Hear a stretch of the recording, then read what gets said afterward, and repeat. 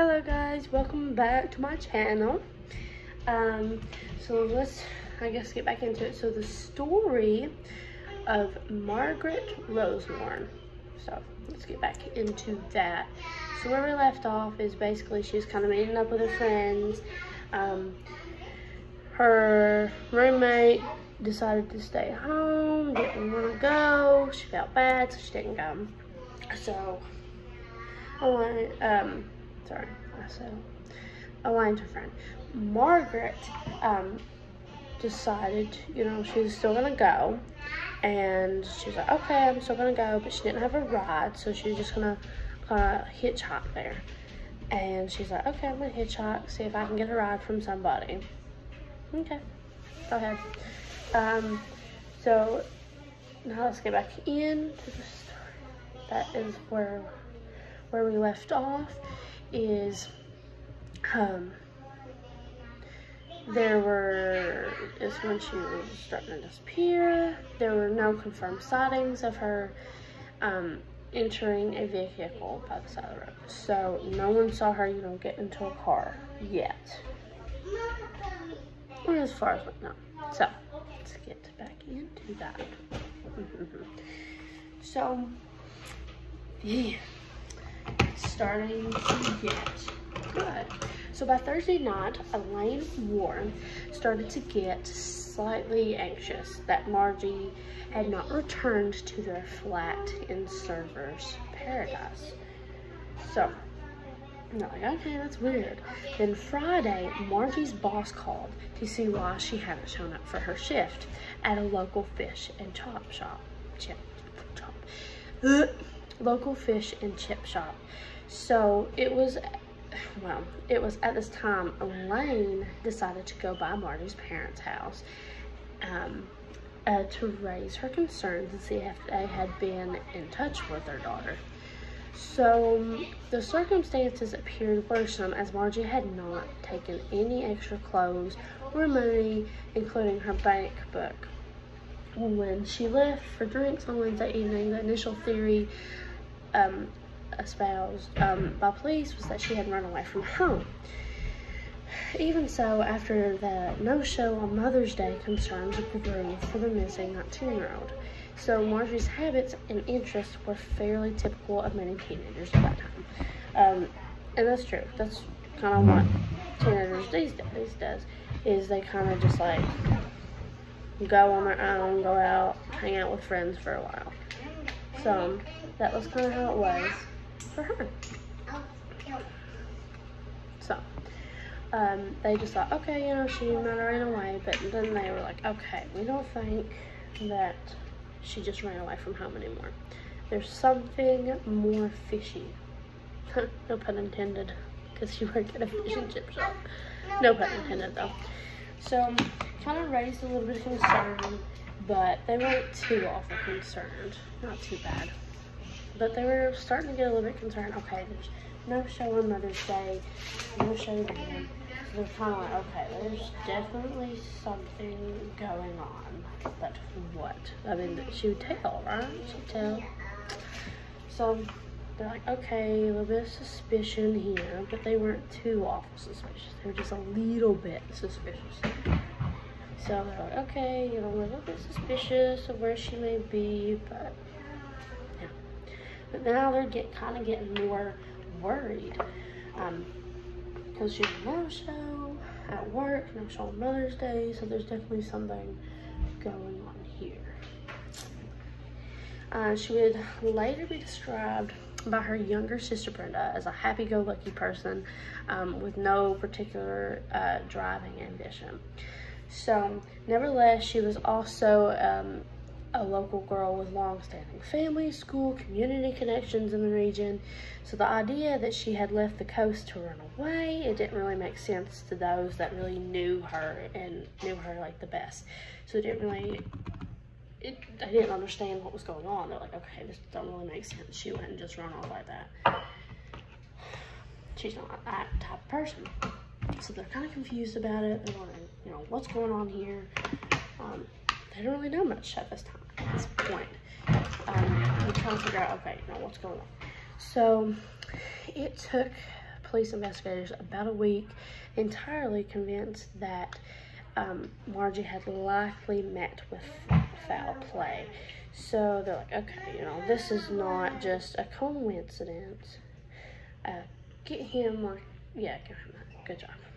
So they're like, okay, so something's not right. Something's definitely not right.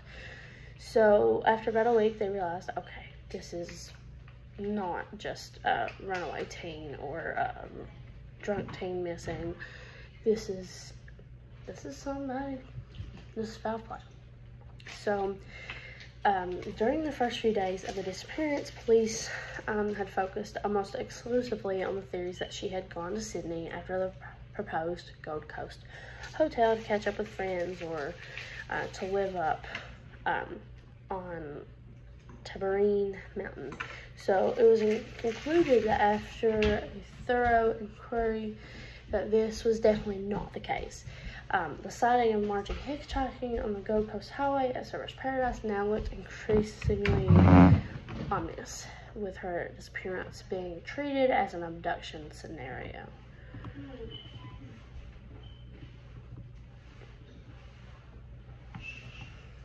So yeah. But, so initially, local police, under the direction of Senior Sergeant Pat Crotty, widely circulated a recent photo of Margie, showing her as a bridesmaid from her older sister's recent wedding. So this led to some sections of the media oddly labeling her as the missing bridesmaid. That's not really that nice. So, door knocking of homes in and around the old Burleigh Road area commenced with the hope that local residents may have witnessed something untoward on the night in question. So this is kind of like weird. What's going on? They don't really understand. You know, who would want to I mean, they kind of understand because she's a very pretty girl, so they're just a bit confused on what's going on, you know. What I think is, I know you will have to search her up, but you can definitely see that she's, that she is a pretty woman, and that's probably, you can definitely see that's probably why she was taken, because, you know, when a lady called to make the report that there was a lady beside the road, she did not say there was, you know, a young girl beside the road or a young lady. She said there was a attractive woman beside the road. So at this point, okay, we get you. So at this point, they're like, okay, you know, there's definitely something going on here. They're kind of understanding a little bit what's going on, but not much. So after that point in time, they're like, okay, you know, there's definitely something going on. And there was. That poor girl. That's all I can say. Anywho, police had also spent critical time in the initial investigation, whether they were examining whether Marcia's disappearance had drug scene overtones. Excuse me. So was this an overreaction from law enforcement in the mid-1970s period, who were, well, considered increasingly conservative, and, well, they're like, okay, is this like too much? Because this is a completely different time. At this time, people weren't really worrying about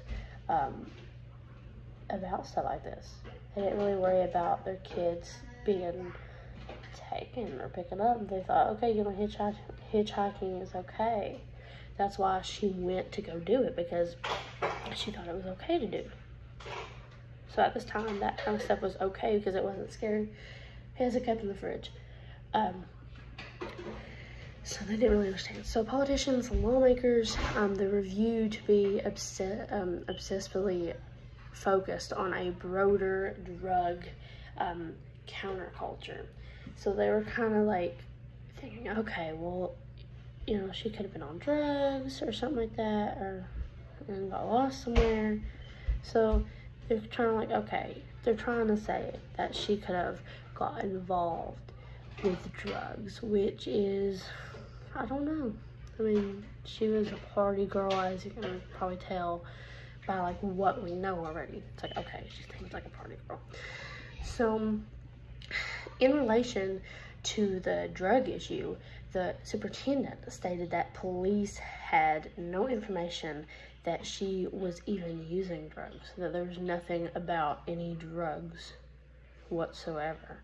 So there was like nothing that I could say about any drugs, nothing. So at this point they're like, okay, you know, what is going on? You're kind of scaring, you know, the community, because this is like such a big situation that they had to handle. It's like, okay, this 19-year-old is missing. She's been missing for, you know, a week now. The drugs would have been worn off by then. In my thinking, they probably would have been, you know, long over with. So,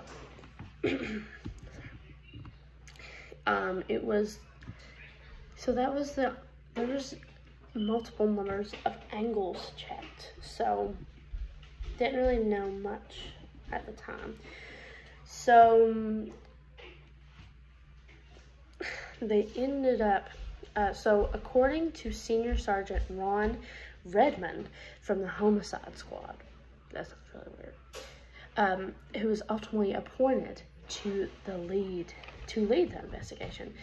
He said, drugs have cropped up at every turn, and we have asked for expert assistance. So sensationally, detectives from the drug squad were called in to assist with the investigation, which at this stage was still officially a missing persons case. So they didn't really know much. What is it?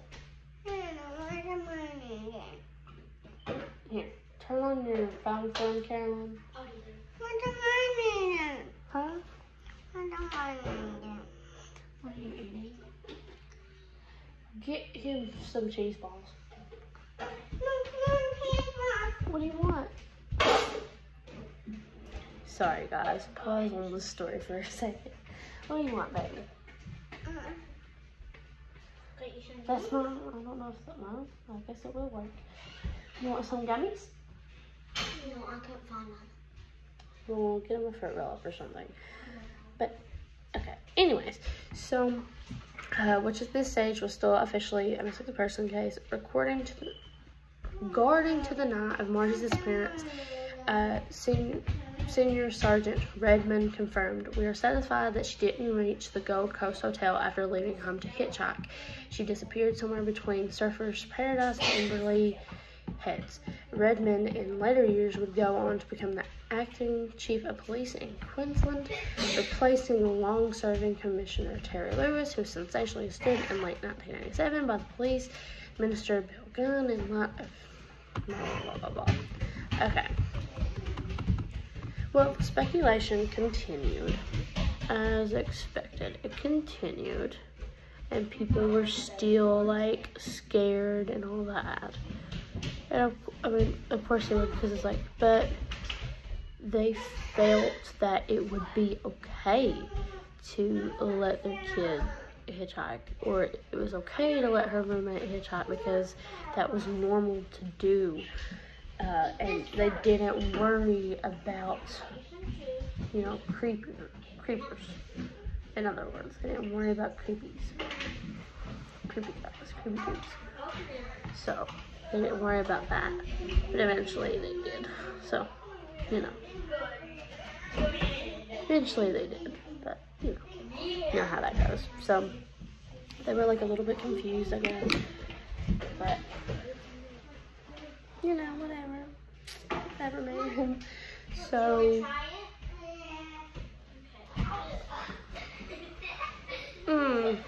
They were just a bit confused though, because they thought that it would be okay, but figured out it was not okay. You can hear the children in the background. Sorry about that. But that's just kind of like how it was, I guess, for them. But it was normal, I guess, in the old days. It was normal to do that. Which is really, like, that wouldn't happen. Some people still would be, still do that, but, like, I would never hitchhike, because that's just scary. Scary as crap. If a creep just stopped and, like, offered to help you and then, like, took you home and with them and never be seen again. So, kind of scary. Anyways, it intensified into the second week of the investigation that she had been that Rose Warren had been abducted, raped, and murdered by a motorist, with her body dumped in the hinterland of the Gold Coast. On Wednesday, May 19th, the mystery deepened as police announced they had come into possession of Rose Warren's shoulder bag. Okay, shoulder bag. The distinctive tan suede leather bag. So, with hand-painted Rising Sun on the flap, was found empty by a schoolboy in the gutter of Broad Beach Boulevard. Okay, well, close by Amherst Avenue on Saturday, May 8th, following the discovery of the bag found no more than 800 meters from Marty's flat on Wharf Street. Okay. The police launched into further extensive door knocking of local residents in the vicinity of Chelsea Avenue and Old Burleigh Road. It was thought that the bag had been tossed from a moving motor vehicle. Examination of the bag for fingerprints proved fruitless due to the nature of its suede material. Sergeant Redmond proposed that it would appear the girl's abductor picked her up on the Gold Coast Highway and traveled south on west, and later returned on that route with the handbag. However, Redmond would concede that this bag could have been discarded initially at another spot and later disposed on Broad Beach Boulevard. So, at this point, they're like, okay, what are we supposed to do?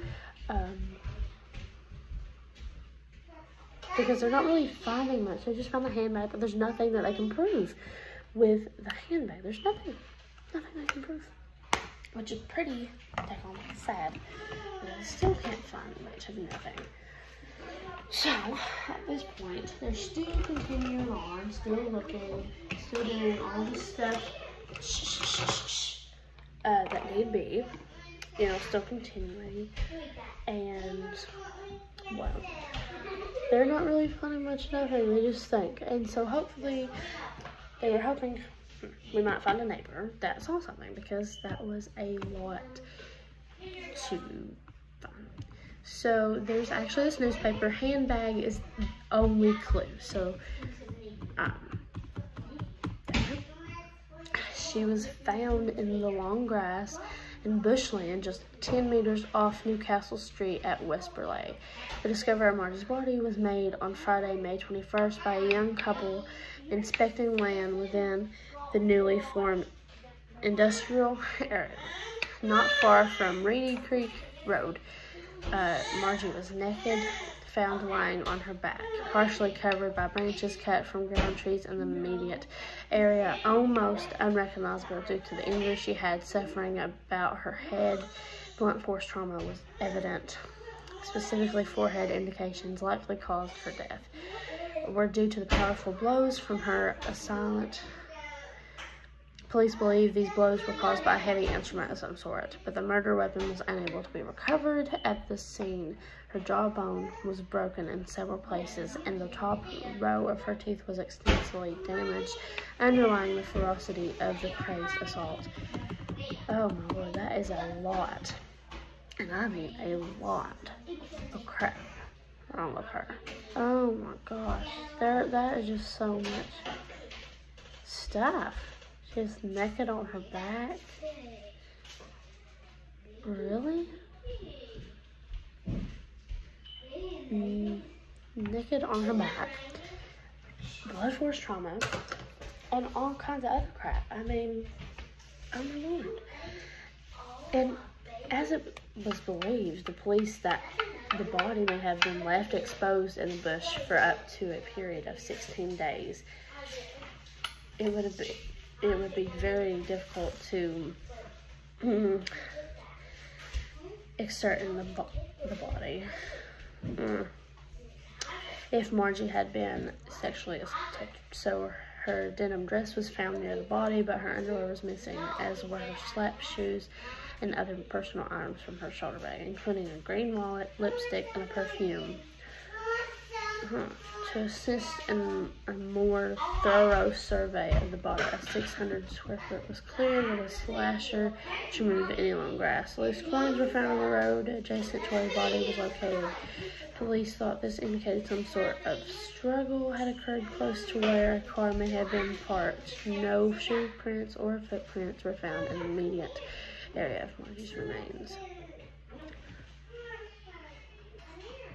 Wow, so that is the end of part 2, and we will come back to part 3 and we will come back and do a part 3.